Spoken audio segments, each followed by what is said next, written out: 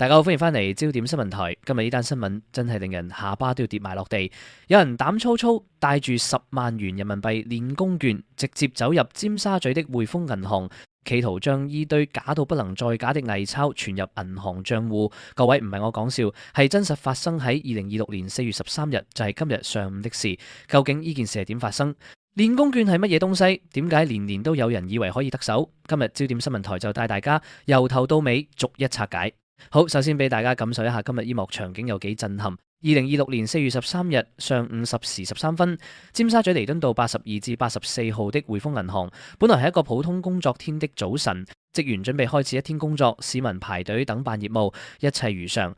然後一名男子走入咗間銀行，佢唔係嚟提款，唔係嚟換錢，係嚟存錢。存幾多？10萬元人民幣。聽落好似冇乜問題，但有一點，呢10萬蚊人民幣係假的。銀行職員一接手即刻警覺，紙質唔啱，手感唔啱，根本就冇得過眼。職員仔細一睇，鈔票上面印住鬥大隻字練功券，係啦，唔係人民幣，係練功券。職員立即報警，警方接報後迅速趕至銀行調查。現場情況係咁，一名穿西裝的男子，黑色頭套被警員帶上警車，另外仲有一名女子身披毛布，同樣被帶走協助調查。案件被分類為行使偽製紙幣，正式立案調查。呢件事就係今日震驚全港的尖沙咀匯豐銀行偽鈔案。你可能會問，呢個人係唔係癲咗入去匯豐交假鈔？但係我要告訴大家，呢種手法係一種真實存在的犯罪手段，而且唔係第一次喺香港發生。今日焦點新聞台就逐層拆解呢件事，幫大家徹底搞清楚。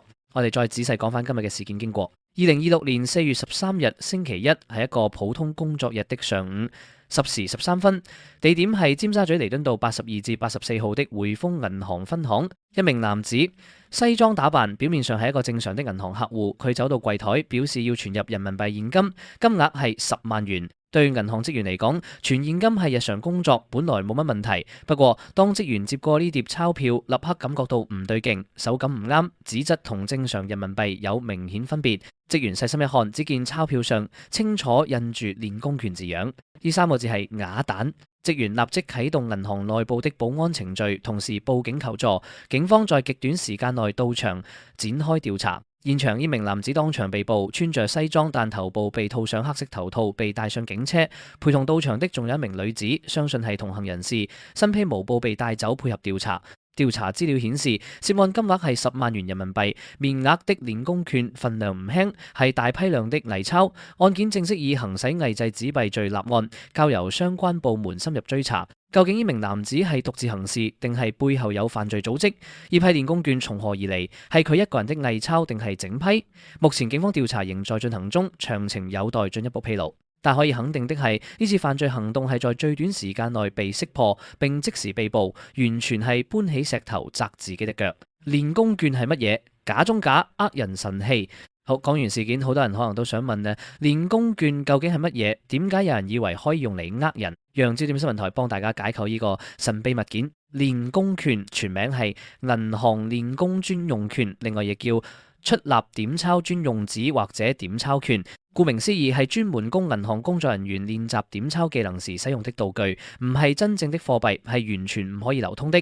中國自1989年起正式開始印製專用的練功券，代替舊有用廢鈔練習的做法。依類練功券主要在上海、石家莊、西安、成都、保定等地的印鈔廠印製，紙質、紙幅同真鈔基本相同，部分甚至具備水印等特指。係咪聽落好似好高科技？但係有幾個關鍵分別。第一，練功券正面一定印有練功券字樣，係鬥大隻字，清清楚楚，白紙黑字，唔係隱藏嘅暗記，係明明白白印喺度。第二，練功券冇有任何防偽特指，真正的人民幣有複雜的防偽技術，包括隱形安全線、變色油墨、粒板印刷手感、熒光纖維等。練功券冇得呢啲，手感同真鈔有明顯分別。第三，練功券在技術層面並非假鈔，而係道具券。但一旦有人明知係練功券，仍然企圖以之充當真鈔使用，喺香港法律層面就已經構成行使偽製紙幣罪。練功券一般分3類：通用券，各大金融機構印製有機構標識；地方券，省市分支機構印製有分支標識；行業券，印刷簡單，只印練功專用等字樣。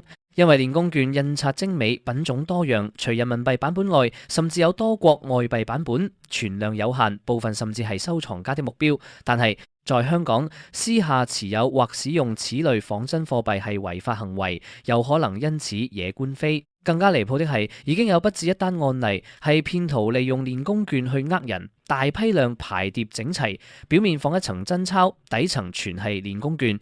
如果對方唔仔細檢查，可能真係會被騙到。2025年8月就有一單轟動案件，兩名內地人士在尖沙咀出售兩隻總值超過400萬元的名錶，結果被騙徒用把戲調包，收翻嚟嘅只有一張1000元真鈔，其餘全部係練功券。4000張面值1000元的練功券係滿滿偽鈔的夾萬，損失之慘重，令人咋舌。偽鈔辨識方法點樣一眼識破假鈔？好，講完練功券，大家一定想知道，如果收到偽鈔點樣識別？焦點新聞台為大家整合以下實用的辨偽方法。辨別人民幣真偽的方法：一看紙質，真正人民幣採用特種鈔票紙，含有天然面麻纖維，紙質挺闊耐折，唔易撕爛。練功券及普通偽鈔的紙質手感同真鈔有明顯分別，摸落去稍為軟腍或者過度光滑。二、磨粒版印刷。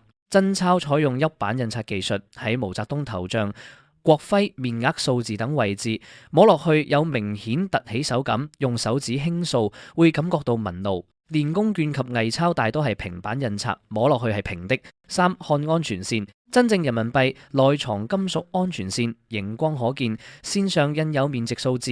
偽鈔多數冇有真正安全線，或者只係貼上一條金屬色紙，對住光仔細看，一眼即辨。四、看變色油墨，100元人民幣左下角的面額數字100，採用色變油墨，正是係金色，側是係綠色。呢個係偽鈔極難複製的防偽功能，一試即知。五、看水印，熒光透視真鈔，可見毛澤東頭像水印及面額數字水印，圖像清晰立體。一般偽鈔水印模糊，輪廓不清，甚至冇有水印。六、係熒光反應。使用紫外線燈照射真鈔會出現特定的熒光反應，包括熒光纖維絲、熒光編號等。偽鈔在紫外燈下通常反應異常，甚至整張紙都發出均勻熒光，唔正常。七、睇練功券字樣。如果係練功券，正面背面一定有練功券字樣，仔細睇一定見到。若然係大批量鈔票，一定要每張都睇，唔好只睇最上面一張。八、最簡單，用驗鈔機。無論係零售商鋪定係個人收取大批現金，用驗鈔機係最直接、最可靠的方法。市面上有多款驗鈔機，價格由幾十元到幾百元不等，物有所值。五、香港偽鈔法例最高坐足14年。好，講完辨識方法，焦點新聞台帶大家了解一下香港的偽鈔法律，究竟喺香港用假鈔係有幾嚴重的後果？答案係非常嚴重。根據香港法例第200章刑事罪行條例第98至100條。第99條，任何人製造、行使或藏有偽鈔，最高可被判處監禁14年。第100條，任何製造、使用或藏有偽鈔，一經公訴程序定罪，可被判處入獄3至14年。第103條，任何人未經金融管理專員書面同意複製任何香港流通紙幣或其任何部分，即屬犯罪。高等法院法官在多年前裁定，偽鈔刑罰須具阻嚇性，量刑長短視乎偽鈔數量、面值、象真程度等因素，數量愈多，金額愈大，刑罰愈重。讓焦點新聞台逐一為大家列舉幾個真實案例，令大家更加了解量刑標準。案例一：2022年，一名無業男子用俗稱練功券的1000元面額偽鈔乘搭的士，司機冇足夠現金找錢，只找回400元。男子承認一項行使偽製紙幣罪，裁判官判以12個月為量刑起點，扣減認罪因素後判囚8個月，並須在7日內賠償507元5角予事主。案例二：2020年，一名男子以大額偽鈔到壽司店購物，成功騙取店方找回真鈔。被捕後，警方在其香港仔單位搜出總面值逾21萬港元偽鈔。被告在區域法院承認行使及製造偽製紙幣罪，就行使偽鈔判囚2年，就製造偽鈔判囚3年，整體刑期3年半。案例三：2017年，一對男女保安員用噴墨打印機印製偽鈔，選出3張500港元假鈔到百貨公司試用，一試即敗。男保安承認罪行，判入獄2年4個月；女保安經審訊後被裁定製造及行使偽鈔罪成，在區域法院被判入獄3年。由此可見，香港法院對偽鈔案係絕對冇手軟的，不論係本人製造定係行使，即係使用偽鈔，都係刑事罪行，刑期由數月至14年不等。而且警方有明確立場，若懷疑自己收到偽鈔，應立即交予警方或銀行處理，千萬唔好試圖再使用，因為一旦被查出，你亦會被列為疑犯。近年偽鈔趨勢，練功券成主流犯罪工具。大家唔好以為偽鈔案係好罕見的犯罪，讓焦點新聞台帶大家睇返近年香港偽鈔案的趨勢。根據香港警方的資料，近年偽鈔案中超過90%的偽鈔係由警方透過情報主導的執法行動中檢獲，而當中最主要的類別正係涉及練功券的行騙案。警方指出，練功券與真鈔有好大分別，只要細心留意正面背面，就會發現印有練功券字樣。此外，練功券冇有任何防偽特指，手感與真鈔有明顯分別。至於其餘檢獲的偽鈔，印刷質素亦非常粗糙，大部分係由銀行、賽馬會、零售商鋪等發現並轉交警方。近年令人關注的係練功券被廣泛用於各種騙案之中。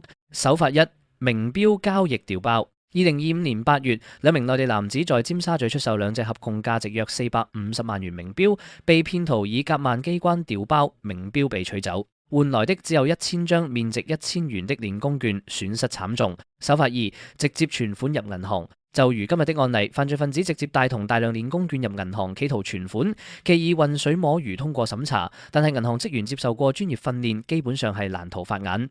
手法三：混入真鈔行騙。將一疊真偽混合的鈔票，外層係真鈔，內層係練功券，趁對方冇有時間仔細清點時完成交易，令對方蒙受損失。手法四：現金交易騙局。不法分子在二手物品交易、買賣名錶或珠寶等高價物品時，使用大疊現金混入練功券行騙。整體而言，香港偽鈔案件雖然係整體罪案中比例較細的一種，但涉及練功券的騙案有上升趨勢。而且隨住現金交易在社會上日漸減少，偽鈔犯罪逐漸集中喺特定類型的交易場合，包括二手奢侈品買賣、私下現金交易等。市民在此類場合尤其要提高警覺。值得留意的係，根據香港警方2025年整體治安情況報告，2025年香港整體罪案數字錄得下跌，整體罪案共89137宗，較2024年下跌5.9%。詐騙案雖然仍然高企，共43212宗，但係自2019年詐騙案數字逐年上升後首次下跌。可見執法力度有效，但涉及偽鈔的行騙手法仍然係警方需要重點關注的問題。市民自保貼士：點樣唔做下一個受害者？好，講咗咁多理論，焦點新聞台最重要就係實際幫到大家。以下係一系列防範偽鈔的實用自保貼士。貼士一：大額現金交易必須逐張清點。如果你係做二手買賣、收取租金或者任何大額現金交易，必須逐張鈔票仔細核實，唔好因為怕尷尬或者信任對方就冇檢查。貼士二：高價物品買賣建議使用銀行轉賬。出售名錶、珠寶、電子產品等高價物品，強烈建議要求對方以銀行轉賬付款，而唔係現金交易。銀行轉賬有記錄，安全可靠，亦可以避免偽鈔風險。貼士三：自備驗鈔機。做零售生意的朋友，強烈建議自備一部驗鈔機。市面上的驗鈔機可驗港幣、人民幣、美元等多種貨幣，價錢唔貴，但係可以有效避免收到假鈔的損失。貼士四：提高警覺，如可疑立即停止交易。如果對方態度急躁，不斷催促你快點完成交易，唔俾你仔細檢查現金，係高度可疑的警號。遇到此類情況，立即停止交易，唔好因為礙於情面而繼續。貼士五：收到偽鈔立即報警，切勿再使用。如果唔小心收到偽鈔，正確做法係立即交予警方或銀行處理，留存原樣作為證據，唔好試圖將偽鈔再使用出去，否則你自己亦會觸犯行使偽製紙幣罪。貼士六：認識練功券的外觀特指。練功券正面印有練功券字樣，冇有防偽特指，手感同真鈔有明顯差別。知道咗呢啲特指，收到鈔票時多留意一下，就唔容易中招。貼士七：陌生人或非正規渠道收到現金要加倍謹慎。在銀行或正規機構收到的現金一般已經過驗鈔，但如果係陌生人、私下交易、二手市場等途徑收現金，就要加倍小心，仔細核實。結尾互動，你有冇試過收到假鈔？好，今日的尖沙咀匯豐銀行偽鈔案，從頭到尾係咁，一個男子帶住10萬元人民幣練功券，就咁大搖大擺走入匯豐銀行存款，結果係銀行職員在10時13分識破，警方迅速到場，連同一名女子一齊被帶走調查。案件以行使偽製紙幣立案，呢件事帶出幾個重要提示。第一，練功券唔係可以流通的貨幣，在香港使用練功券充當真鈔係刑事罪行，最高可判監禁14年。第二，銀行職員受過專業訓練，絕對唔係咁易呃到的。呢種如此露骨的犯罪手法，只係在自取其辱。